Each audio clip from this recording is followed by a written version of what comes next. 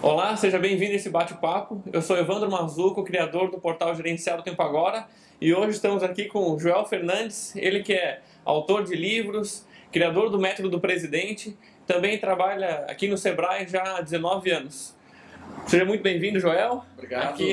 Aqui é o Gerenciado Tempo Agora. Conta um pouquinho pra gente sobre a sua experiência, como é que é a sua carreira profissional. Eu trabalho no Sebrae há quase 20 anos e ao longo do tempo a gente percebeu algumas curiosidades em relação à micro e pequena empresa.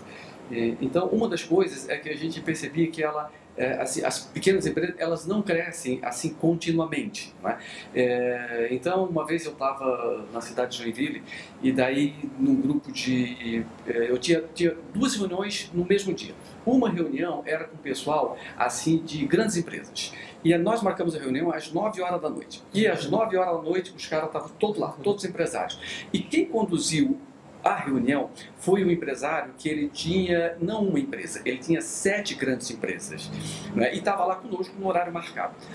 A segunda reunião foi marcada para as 9 horas. E foi marcada para esse horário porque a maioria das pessoas que queriam participar, que eram empresários da micro e pequena empresa, eles não podiam sair dos seus negócios antes de fechar os seus empreendimentos. E não eram, assim, empreendedores recém-colocados no mercado. Eles já estavam há 8, 10, 12 anos atuando. E aquilo me impactou muito. Eu fiquei chocado com aquilo. Pô, como é que pode que algumas poucas empresas conseguem crescer e crescer muito e outras milhares não conseguem crescer continuamente, né? Uhum. Então, a partir daí é que me fez assim provocar um estudo no qual eu me perguntava por que a maioria das pequenas empresas do Brasil não prospera continuamente. Uhum, super bom. Nós também costumamos ver muito isso acontecendo nessas pequenas e principalmente pequenas e médias empresas, né? Que acabam não crescendo tanto. Então, conta um pouquinho pra gente mais como é que é o trabalho do Método do Presidente e quais foram os resultados que começaram a trazer para as empresas que estão participando desse método. Tá bom. O seguinte, uma imagem que eu acho que vale a pena a gente produzir é o seguinte: o Brasil hoje é a 5ª economia do mundo. Não é? Ou sexta, já foi a 8ª e assim por diante. Mas, no entanto, quando a gente vai para um outro ranking internacional de distribuição de renda, o Brasil fica no número 101, é o 101º. E a gente sabe que assim, a criação de riqueza do país é proveniente do empreendedorismo. Uhum. Então, com esses números, dá para perceber claramente que tem alguma coisa de muito errado no nosso empreendedorismo. Uhum. E foi exatamente isso que fez com que a gente criasse o Método Presidente, né? Então, quando a gente teve as primeiras ideias do método, eu fui buscar não na economia, não na administração, não na contabilidade. Eu fui para a universidade buscar na filosofia alguma coisa que pudesse ajudar para que melhorasse muito o desempenho da micro e pequena empresa. E daí, junto com um doutor de filosofia, nós fizemos uma outra pergunta. Se teria o homem a liberdade de mudar o curso próprio de sua história? A combinação dessas duas perguntas, a gente foi a campo e daí começamos a testar as ideias. Ao longo do tempo, testamos em 3 grupos de empresa, por quase 4 anos, quase 70 empresas. E descobrimos coisas bem importantes, eu acho. Sim.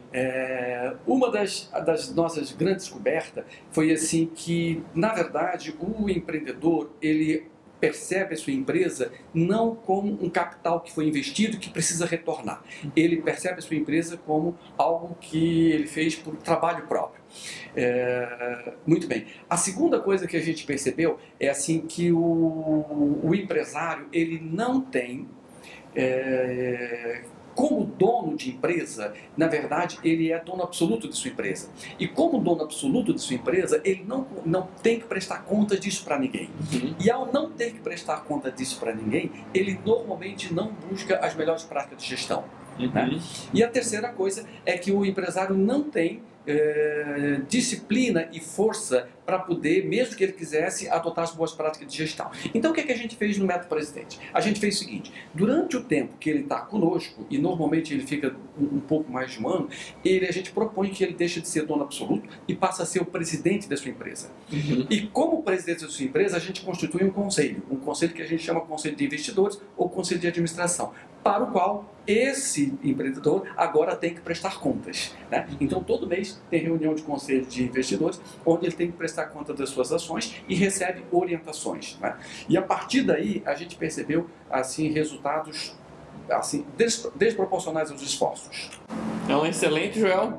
Era isso mesmo, acontece bastante no nosso portal, o pessoal falar que não tem tempo, mas nós vemos que algumas pessoas priorizam mais atividades que trazem mais resultado e que outras querem resolver tudo e acabam não resolvendo nada. É isso. É isso. Assim, ó, acontece algumas coisas que pode explicar isso que tu acabaste de relatar. Uma das coisas é que o empresário acha, por exemplo, que só ele fazendo é que ele consegue a qualidade que deve ser entregue para o cliente, né?